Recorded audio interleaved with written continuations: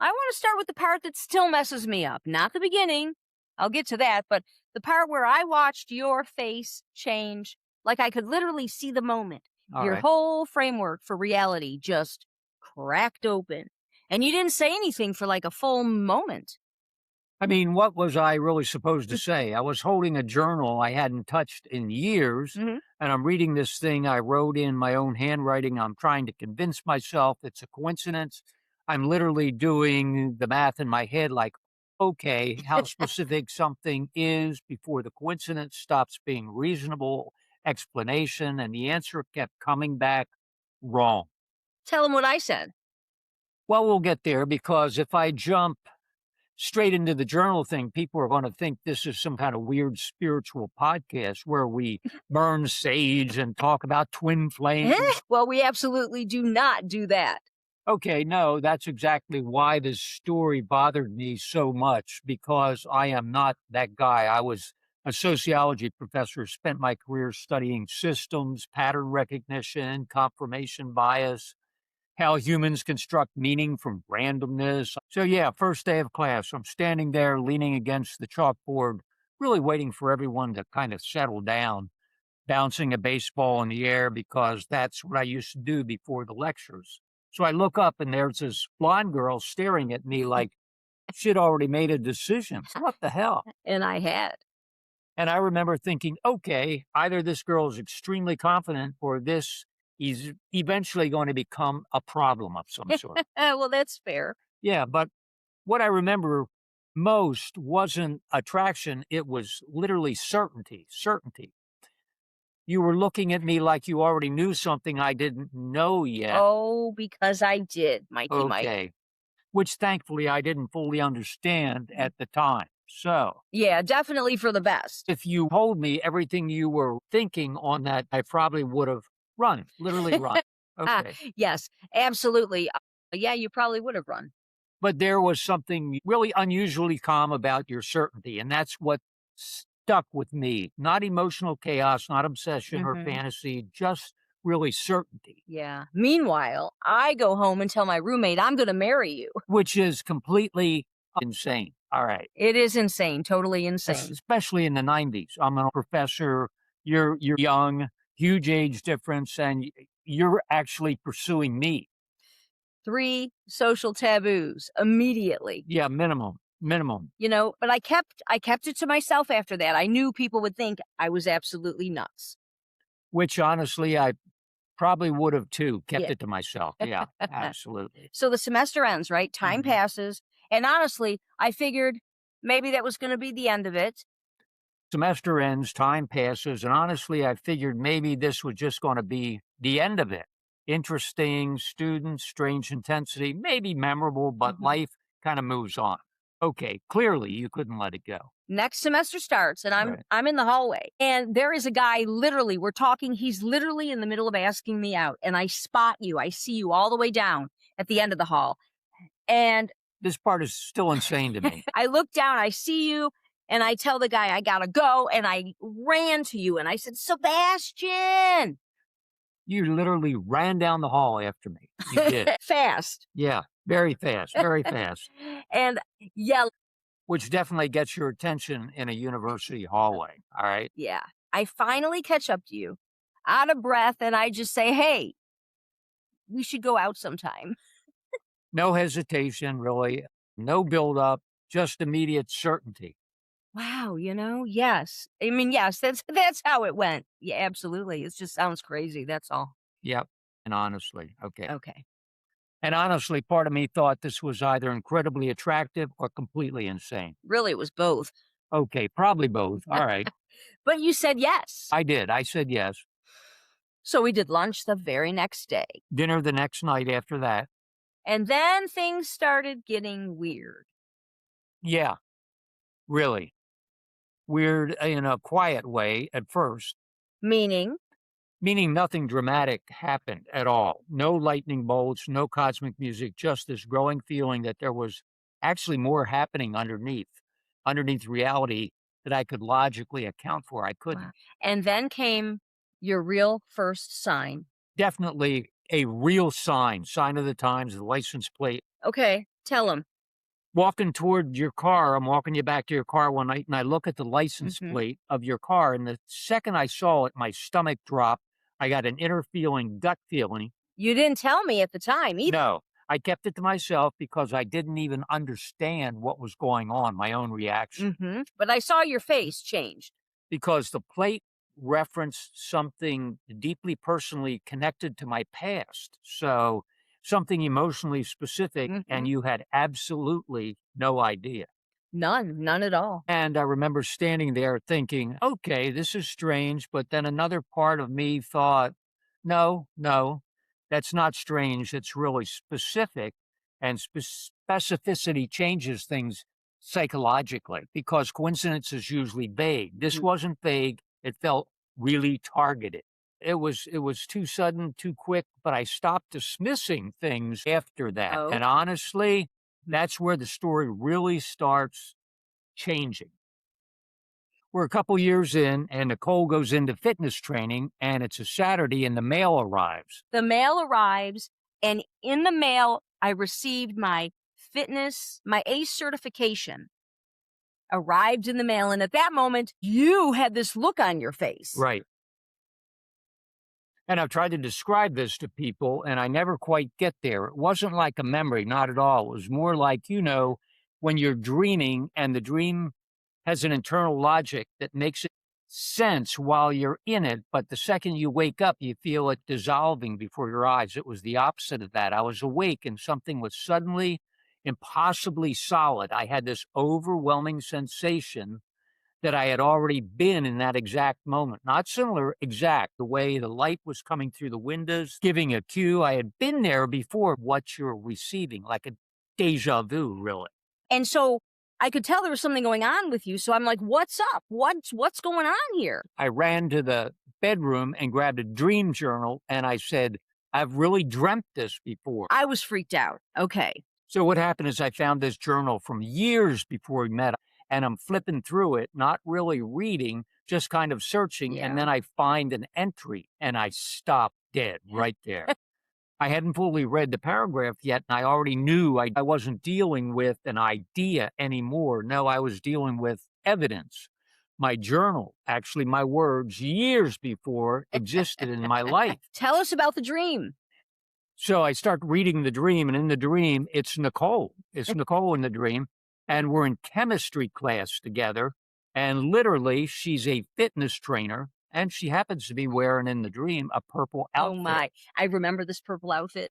I remember choosing the purple outfit to wear in school to catch your attention even. Oh, this is just outstanding. And the dream was 3 years ago in a journal that I had jotted down. Yeah, I mean, it was before we even met. Yep. Didn't know who the stranger was at that time in the dream. And you forgot the whole dream. And I forgot it completely.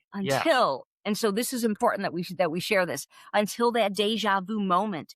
Right. Déjà vu is French, and it means having seen before. So what a déjà vu is a forgotten prophetic dream. Exactly. So you had your prophetic dream and you forgot about it. And then years later, when you met that in real time, that's why you have that weird flash, like, wow, this is familiar. And so that's what went down. Humans are great at retrofitting meaning into broader predictions. That's normal psychology. It's really horoscope stuff. Works because it's general enough for your brain to fill in the blanks. Yes, okay? But this was not broad. No, that's really what scared me.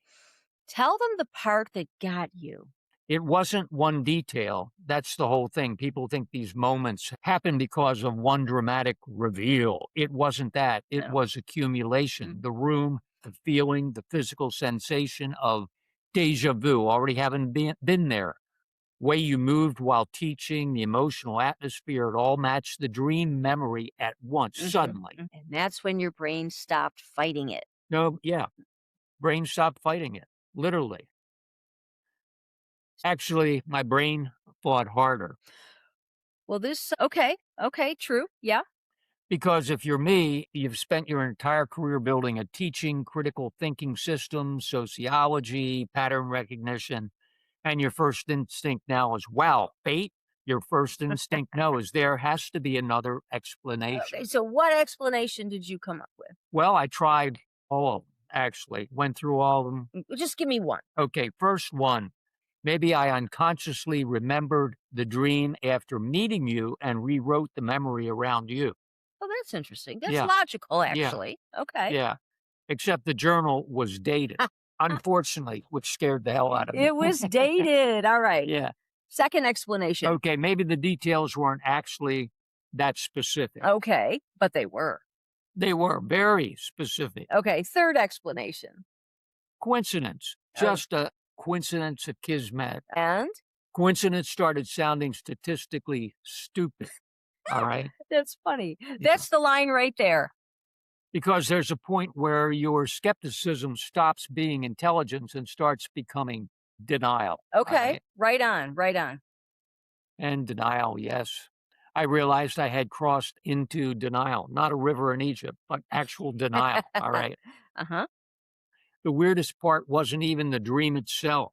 Okay, what was it? Well, how normal everything felt leading up to it. Okay. Right on. Yeah. Okay. I like that. Can you tell us more? Yeah. People think life-changing moments arrive in thunder, cinematic music, giant spiritual neon sign, but most of the time reality whispers. It whispers first. Mm-hmm. Okay. A weird feeling, a conversation you can't shake, a moment at a stoplight, staring at a license plate. Why does this feel important? That's how it starts, quietly whispering. You know, when we walked back to my car, the license plate really, really got you. Yeah, because it felt personal in a way random events aren't supposed to feel. And, you know, you barely reacted, though. You were cool.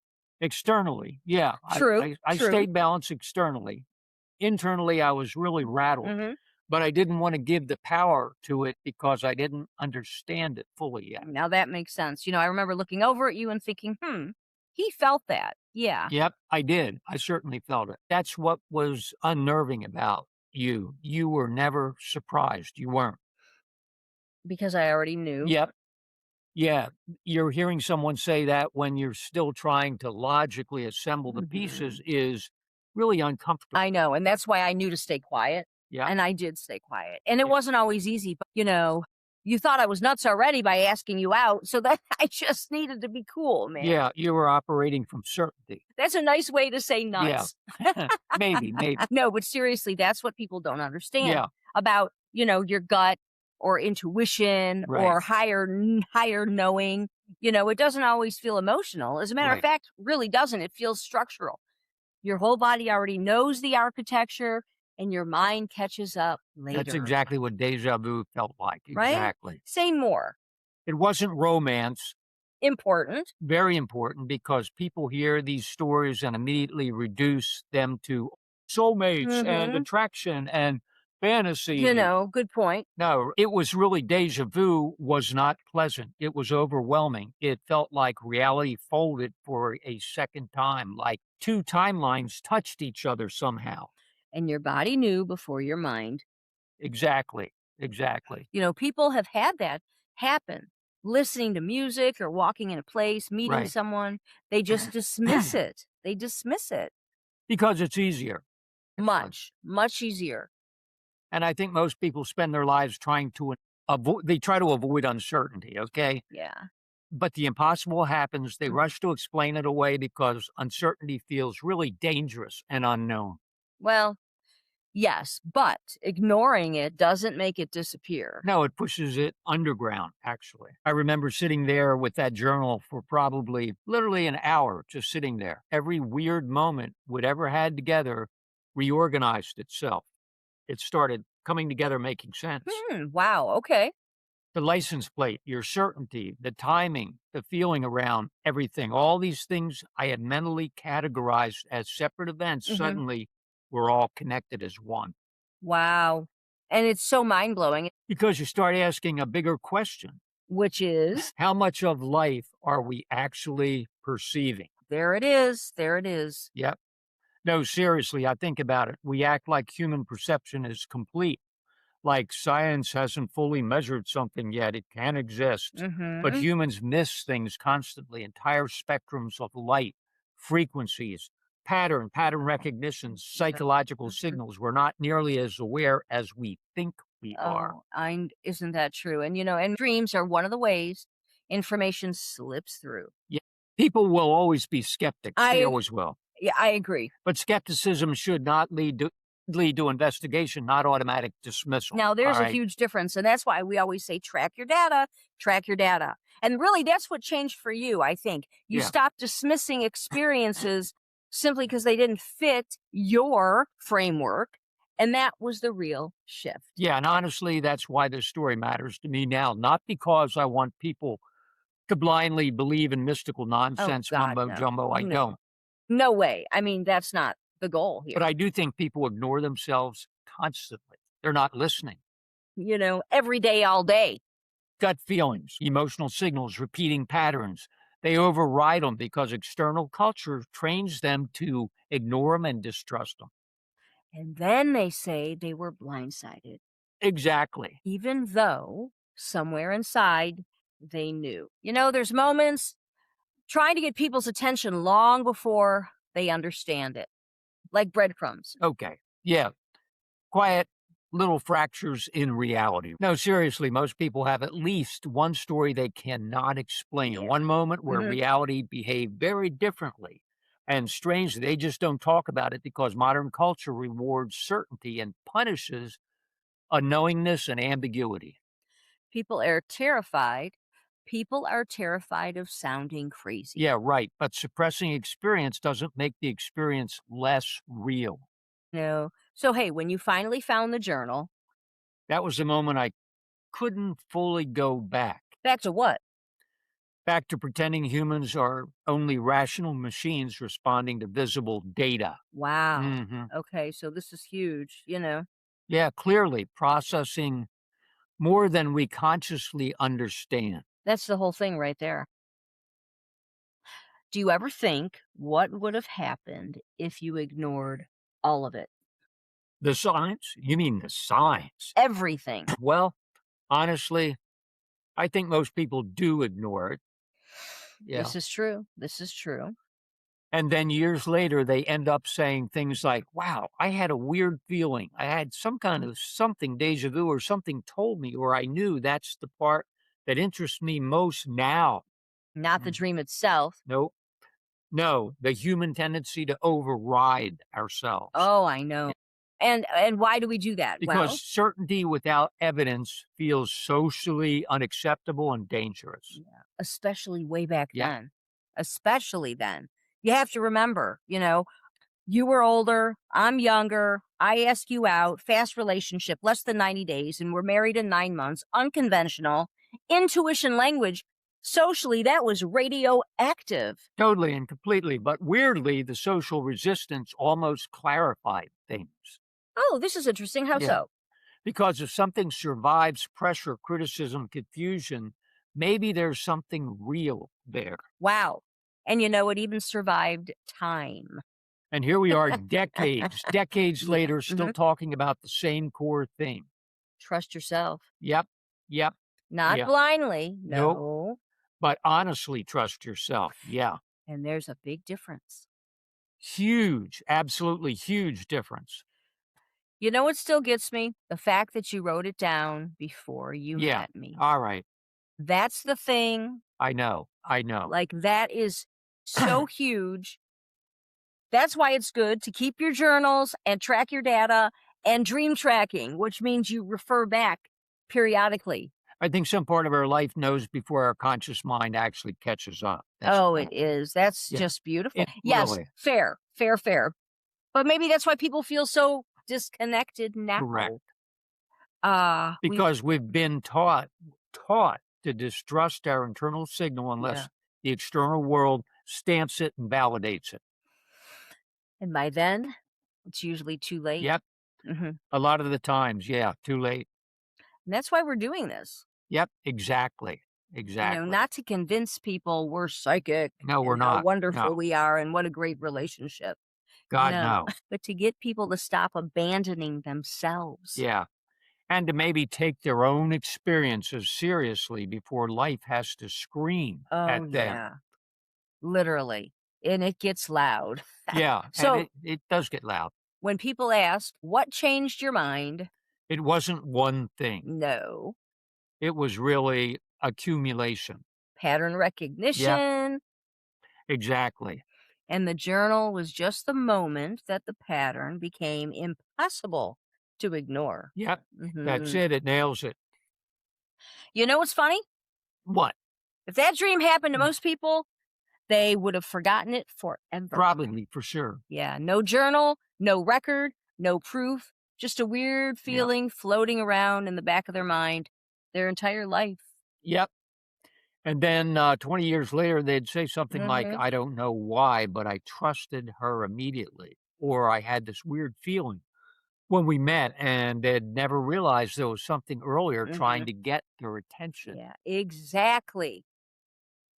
That's actually the part that unsettles me the most now. Okay, not the dream itself. No, the possibility that people are constantly receiving information Mhm. about their Mhm. lives and immediately training themselves to ignore it, override it. Yeah, you're right. You're right. And not because they're stupid, No. because modern culture rewards Yeah. disconnection. It rewards external validation over internal awareness. You need You proof need of proof. everything. Yeah, Yep. for absolutely Yep. everything. And here's the problem. Sometimes the proof only appears after the Right. decision. Yeah, that's huge. And if you wait for the total Mhm. certainty from the outside world before you move, before you trust yourself, before you act, sometimes the moment. Often passes. And that's what happened when I saw you, but it Yeah. was it was such a thing. People think it was romance, but it wasn't. It wasn't. It was this certainty. I didn't sit there thinking, "Oh my god, he's so hot." And I Yeah. mean, of course you were good looking. Hey, But I'm attractive. Okay. oh, you're welcome. You're welcome. But that wasn't what it was about. It was structural. It was my entire nervous system Right. recognized you before my brain had any language for it. That's the best way I've ever heard you describe it, actually. So, It was recognition, yep. not attraction. And then I couldn't understand the distinction, and I just knew what I knew, and nobody understands the distinction. Because most people have only been taught two categories, logic or emotion. Logic or emotion. Yeah, exactly. And this was neither. Yep, it wasn't emotional chaos and it wasn't rational analysis. It was something deeper, really, than both. Yes, like some part of the system already knew where things were going. The plate really intrigued me, actually, truly intrigued me. I remember trying to act normal after seeing it. Meanwhile, internally, I'm thinking, okay, this is getting weird now Yeah, you were quieter after that. It was a good thing it was the end of the night, because I started paying actual attention to everything. and that's an important difference. Yeah, before that, I was evaluating you. After that, I started evaluating reality itself. Oh man, I Putting was it, I was your wake up. yep. No, seriously, Oh, because if enough statistically unlikely things cluster together emotionally, psychologically, eventually your framework starts bending. and that's what happened. Yep, that was it. Exactly. It was like Neo, in bending the spoon. Right. Not instantly, not No, slowly. slowly. Honestly, it made it more believable. Yep, because if you suddenly became more spiritually aware, a guru overnight, I'd be concerned. Yes. If you actually became a guru overnight, I would be concerned. Seriously. The shift was not belief, it was openness. And that's different. Huge difference. Yeah, it didn't suddenly decide. I didn't decide everything is mystically true. I just stopped automatically dismissing experiences because they didn't fit my prior model of reality. And honestly, that's all we're saying Yep, people should do.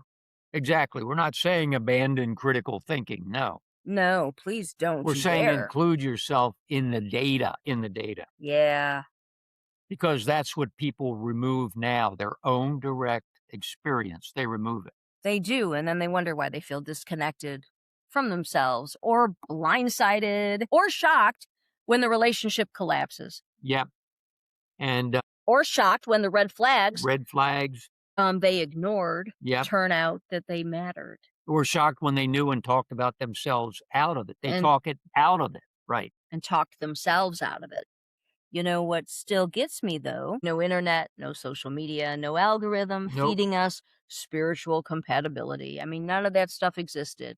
And yeah, the 90s.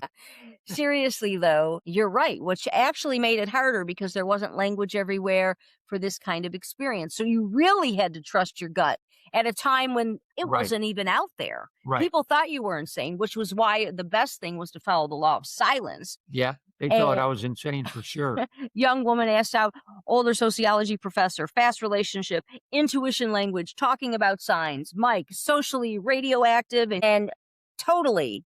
And honestly, the pressure clarified things. Because if something survives confusion, judgment, criticism, time, difficulty, misunderstanding, maybe there's something real underneath of it all. Yeah, you know. And now looking back after decades together and after all the workshops and the books and the people and the mystery school, the experiences, the stories we've heard. I honestly think humans know far more than they consciously admit. Absolutely. I totally I agree. think life is communicating constantly, quietly, symbolically, emotionally through pattern recognition and wisdom. You're right. 24/7. 24/7 communication, and people are overriding it And they're terrified of being wrong. or looking crazy. Yeah. And yeah, Yes. But sometimes looking crazy is actually just being early, right. not That's good. crazy. I know, early. That's We, good. we're always early. Yeah. So we identify with that. Yeah, it's true.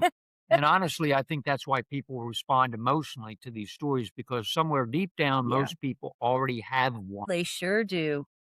And we've heard a lot of them. Yeah. One moment they can't fully explain. One Yeah. weird feeling, One dream. one warning, Yeah. One absolutely impossible coincidence. one relationship they knew wasn't right. One person they recognized instantly.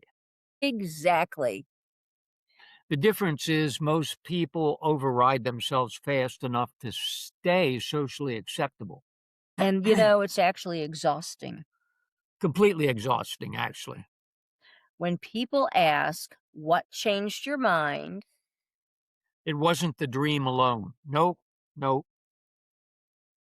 Actually, it wasn't the license plate alone either. Okay. Really, it wasn't even the déjà vu by itself. Okay. What did it? It was the accumulation of all those things, enough moments stacking on top of each other. Eventually, denial required more energy than honesty. Wow. That's just awesome. And once I admitted it to myself, everything changed. Because after that, I stopped treating intuition like irrationality. Oh, that's really cool. And you Mhm. started treating it more like information or data. Yes, exactly. And now here we are, Yep, here we are, 30 years later. still talking about, Trust yourself, yep, trust yourself, trust yourself. not blindly, Nope, nope.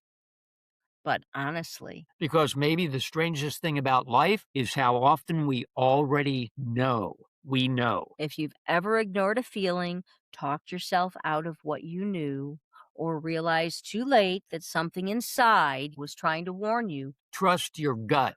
save your ass.